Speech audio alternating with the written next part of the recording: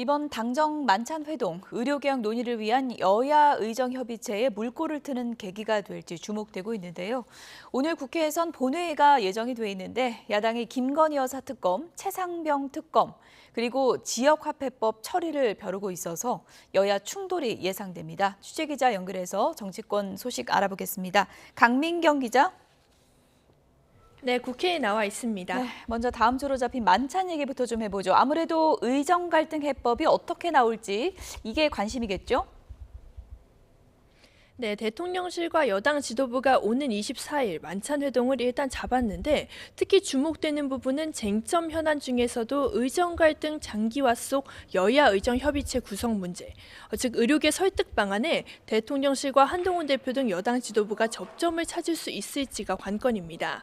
현재 한동훈 대표는 내년도 의대 정원까지 열어두고 협의체를 꾸리자고 제안하는 반면 정부는 내년도 증원만은 확정된 사안이란 입장을 굽히지 않고 있습니다. 또 야당은 대통령 사과와 책임자 경질까지 주장하고 있고 이에 대통령실과 여당은 불쾌한 속내를 감추지 않고 있는데 이 부분도 논의가 될지가 주목됩니다. 다만 대통령실이 만찬 회동을 계기로 민생 현안 해결을 위해 협력하겠다고 밝힌 만큼 의료계와 대화의 여지가 생길지 주목됩니다. 현재 당정 지지율이 동시 하락하는 상황이라 어떻게든 돌파구 마련이 필요한 시점인데요. 야당과 의료계를 설득할 구체적인 방법을 마련할 수 있을지 관심이 쏠리고 있습니다. 오늘 국회에서 본회의가 예정이 돼 있는데 쟁점 법안의 본회의 상정 여부는 확정이 된 건가요? 네, 원내일당인 민주당에 더해 상정권을 쥔 우원식 국회의장도 쟁점 법안들을 올리겠다는 입장이라 사실상 오늘 본회의는 확정된 셈입니다. 논란이 되는 4개 쟁점 법안은 김건희 여사 특검법과 네 번째 본회의에 올라가는 최상병 특검법, 그리고 지역화폐 사업의 국가 지원을 의무화하는 이른바 지역화폐법입니다. 다수당인 민주당은 오늘 반드시 법안을 처리해야 한다는 입장입니다. 박찬대 원내대표는 아침 회의에서 이번 추석 민심은 폭발 직전의 활화산 같았다며 윤석열 대통령 부부의 대국민 사과와 특검법 수용으로 결자 해지를 맺길 바란다고 촉구했습니다.